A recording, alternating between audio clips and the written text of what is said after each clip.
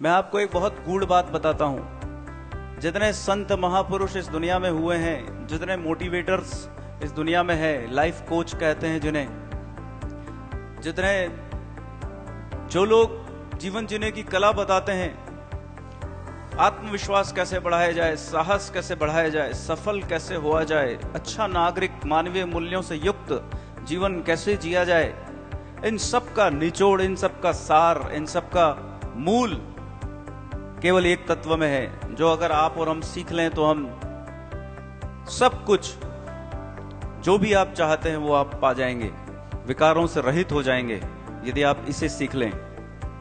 क्या सीखना है हमें सबसे महत्वपूर्ण बात सीखनी है कि हमें होश में रहना है। किस में रहना है? होश में रहना है। हम खाना खाते हैं, बेहोश होकर खाना खाते हैं। 32 बार चबाना चाहिए खाने को, रीढ़ की हड्डी सीधी होनी चाहिए।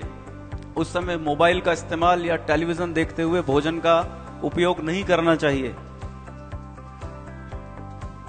उस समय बातचीत भी कम से कम की जानी चाहिए और आपका ध्यान पूरा केंद्रित होना चाहिए कि भोजन को श्रेष्ठ तरीके से आप अपने उदर के अंदर पहुंचाएं।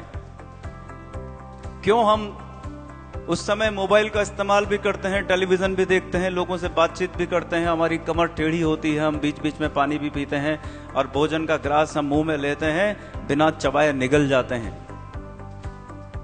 उसके बाद हम पानी पी लेते हैं। वो भोजन जो पचाने के लिए एसिड का उत्सर्जन करता है हमारा शरीर, पानी डालने से वो एसिड डाइल्यूट होकर खत्म हो जाता है और वो भोजन हमारा अपच, बिना पचा हुआ पेट के अंदर फिर सड़ता है वो और नाना प्रकार की बीमारियों को पैदा करता है।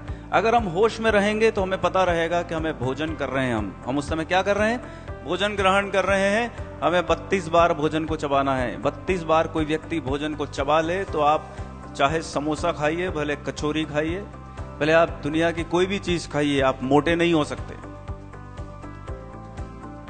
अगर कोई व्यक्ति 32 बार भोजन को चबा ले, एक एक कोर को, तो वो मोटा, ओबेसिटी से ग्रसित, मोटापा एक बहुत बड़ा अभिशाप है, उससे ग्रसित नहीं होगा।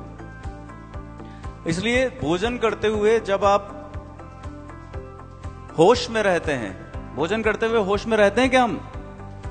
बताइए। हम तो कोई भी काम करते हुए होश में नहीं रहते।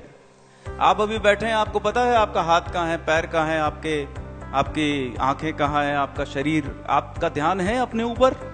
नहीं है। आपका ध्यान अपने ऊपर नहीं, दुनिया के ऊपर है। हम सब बाहर की व्यवस्था को देख रहे हैं, हमारे अंदर की व्यवस्था को देखने के लिए हम तैयार नहीं हैं। हम स्वयं को जांचने परखने के लिए तैयार नहीं है, लेकिन हम ऐसा मानते हैं कि हमें तो निरीक्षक बना के भेजा है, आप भगवान ने इंस्पेक्टर बना के भेजा है, हर व्यक्ति में कमियां निकालना, गलतियां निकालना। हम एग्जाम पर्यवेक्षक होता है ना, जो एग्जाम लेता है, एग्जाम कंडक्ट करता है, हम तो सोचते हैं हम वो हैं जो लोगों को जांचने के लिए पैदा हुए हैं। स्वयं को जांचने की कोशिश हम कभी नहीं करते। क्यों नहीं करते? कि हम बेहोश होकर काम करते हैं। हर क्षण हम बेहोश होते हैं।